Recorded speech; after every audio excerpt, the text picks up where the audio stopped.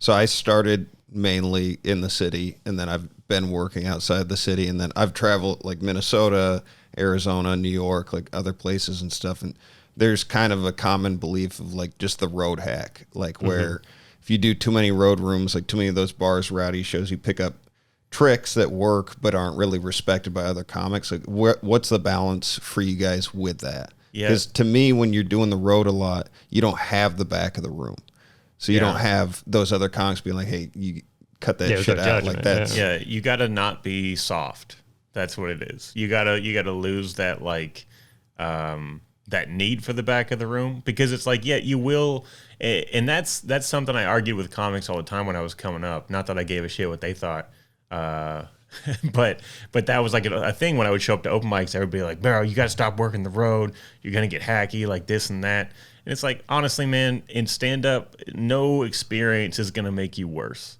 Like, and you know, the trick to becoming like, I don't know, and there's so many different ways to do it. I have to qualify that, like, you know, there's a million different ways. My way is not the right way, but I can tell you that, like, if you grew up with comedy and you know what good comedy is, and you know like what you're striving for in terms of good comedy, and you can face the reality that like sometimes you're going to be doing shows where the audience showed up to see what they believe stand-up comedy is, you just have to find some kind of middle ground between what good comedy is and what these people are going to understand is stand-up comedy, and combine the two of those, and that's how you can, like, you know, that's how you do like it. that though? Like I'm just going to press on this a little bit, because I'm probably on the other side of the camp where I'm like, I can't get myself to do that comedy that those people expect to see. Like I've been better about like adjusting, because to me it's like, can you play any room? That's a good comic to me. It's like, do you have the ability to play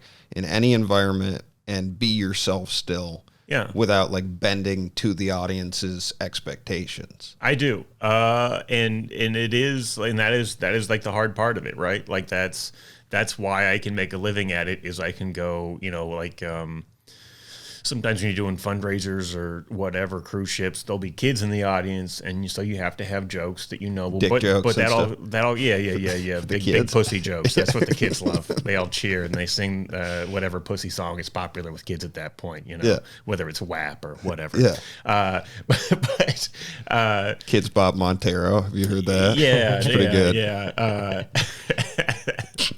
No, but you know, it's just finding that version of yourself. And I, like, as a kid, I listened to a lot of clean comedy because that was the only stand-up I was allowed to listen to for a long time. So it's like, it's not that that's my favorite, but I understand what that is. You know what I mean? Like, a lot of comics want to jerk themselves off about being an artist, but then they kind of go counter to how artists actually live, which is, you know, you don't make money making the art that you want to make. That's for you. You make money by doing commissions. And that's essentially what we're doing when we go out and take gigs, is agreeing with a booker. All right, I'm going to do a version of what I do that's going to work for this room, for these people, and ideally for myself. What about the other side of that, though, where it's an artist that isn't like an artist that's pursuing their craft primarily for their own interests, but willing to work other jobs to support that? What do you think of that side of things? I mean, that's fine. That's like their own journey. You know? That's like, it depends on what you're trying to do. If that's what you're trying to do, then that's right. Because to me, like, art, this is such a stupid conversation, but like, no, man, this is a what good else are we going to talk about? Yeah, for real. This is what we were always going to talk about. I can agree with like doing commissioned work. Like, I'm happy to do that sometimes, but if it's my primary source of what I'm doing as an artist, it is no different to me than working a day job. Like, right. But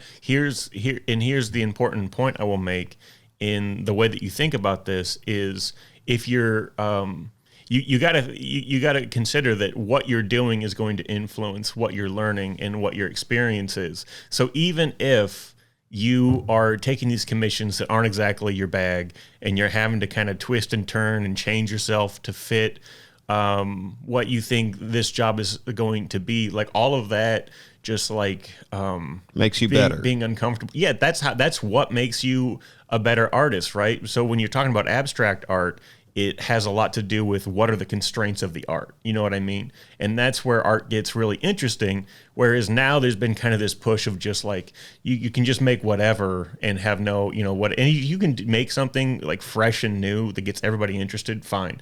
But to me, this fucking podcast is exactly that. Yeah. Side note, go ahead. Sorry. That one. Yeah.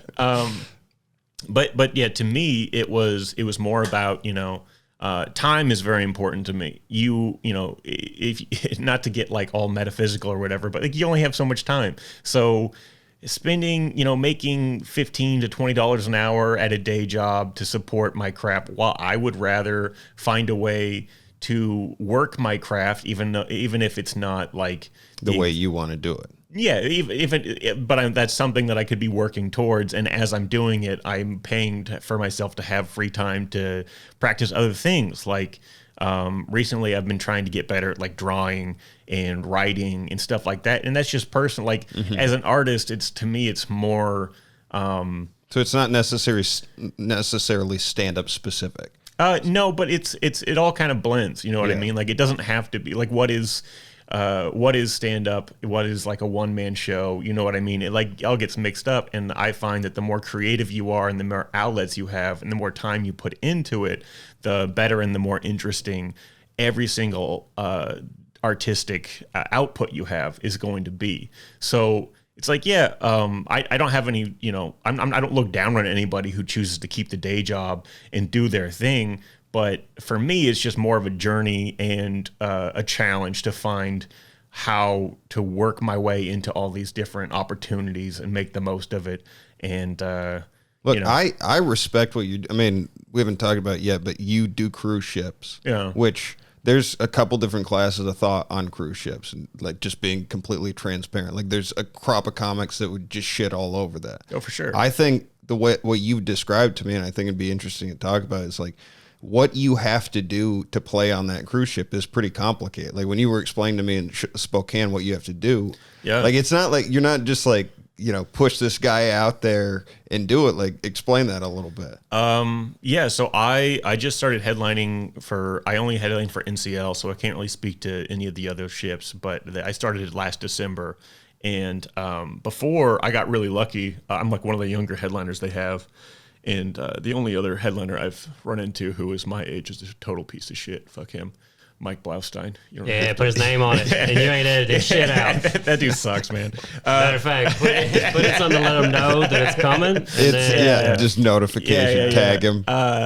Fuck you, Mike. But it's interesting because I'm like half as old as like a lot of these other guys because a lot of the guys it takes people that long to have enough jokes to fill time that they would need. But I like to write jokes. I'm a joke writer. So I have notebooks and notebooks full of jokes.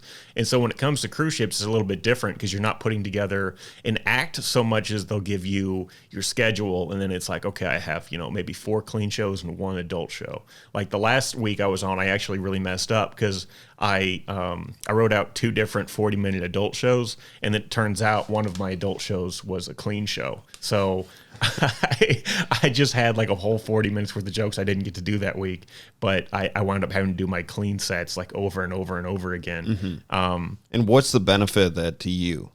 Like, to doing like that much stage time and telling the jokes that many ways? Well, I mean, it seems pretty straightforward, doesn't it? Like the more time you spend working on something, even if you're held to constraints, the better you're going to get. And maybe the more different kind of like aspects and avenues you're going to see. I think a lot of people are afraid to hold themselves up to that standard and hold themselves responsible to take it seriously as a job where you can fail and you can do it the wrong way. And it is hard to do it the right way. And people don't necessarily give a shit for style points. Although I will say something that is happening on the cruise ships recently is there's a bunch of like really good comics have started kind of going on to cruise ships. Because, that's the thing I always laugh about when comics shit on them is like, well, I know better comics than you that are working like cruise ships. You know what I mean? Like, not to, I know Andrew Slater, Tyler Bowe, Gabriel Rutledge, like these guys are all working cruise ships. Yeah. So I was scared to get on them at first because I was scared of the same. I remember talking to Chase about the stigma of it or whatever, but it's really helped me out because now I'm 32 and it's just like a good source of income. Sometimes the shows are great, sometimes they're not. I will say, ever since NCL started requiring people to have vaccinations and testing, oh boy, am I suddenly a great comedian on those ships. I no longer have any assholes putting their feet up on stage and calling me a fag in like the family shows or anything like that. Yeah, all that disappeared randomly. That was happening during the family show. Oh yeah, dude! It would be cruise. People on a cruise. Yeah, just blackout drunk people would come in and like yell. And what can you do? Because the 20-year-old stage manager. I just get real with them real fast. Yeah, is just like, hey man, you got to go. And then at that point, any escalation past that to me is on the cruise ship. Yeah, because it's not my job to like. It's a tough balance to like. I will say the cruise ship people love when that shit happens because it's interesting. It's exciting, and they just basically live this life of like the same cruise every week. Yeah, the buffet, like people. I mean, being on a cruise, it's the first couple days is like really exciting, and then after you've had the same food, you sat with the same people, like all that shit. So it's I don't know. I do the stuff you were talking though about the like 40-minute sets. When I did the road recently, I was like, I'm mainly doing shorter sets around here, like 10 to 15. And I think it's good to just like learn how to be super tight with your stuff and like keep your LPMs up. And like, I want to talk about you being at Tacoma, by the way. Don't let me forget about that. But the club standards are much different than road standards. Well, it depends. It's your own standard, right? Yeah. That's your standard. Like you can hold yourself to a higher standard on the road. Most people don't because they're soft. Yeah. But I think you can, and that's what I've kind of always done. It's like I'm always going to be doing my thing, and sometimes it works, sometimes it doesn't. Like that's the funny thing is like I have such a reputation. I feel like locally for people, like I hear all the time of like, oh, your stuff is safe or your stuff is generic. And I'm like, no, dog, I just found that like those specific jokes will work literally anywhere I tell them. So it's nice to kind of layer them in with some other stuff that I'm trying out. I need to hang out with you more, I think. My sister, well, the opposite of that. Takes two to tango, my friend. I don't know. I don't think you really get to pick that, though. Pick what? Like, I mean, I don't know how you feel about writing jokes, but like jokes come to me. Like Yeah. But that's early shit. That's early shit. That's because you haven't learned to write the jokes yet. And that's good if the jokes are coming to you. That's where it starts. But part of making it a sustainable career thing is learning how to write jokes. Like if jokes come to you, you should be a comedian because that doesn't happen with everybody. But at a certain point, you have to decide, like, are you just going to leave that up to your own creativity? Are you going to let you like just wait for whatever ones might flutter down into your mind? I have to be inspired to write a joke. Like I have to have a life experience, or I can't sell a joke that I don't give a shit about. Because you haven't figured out how to do that yet.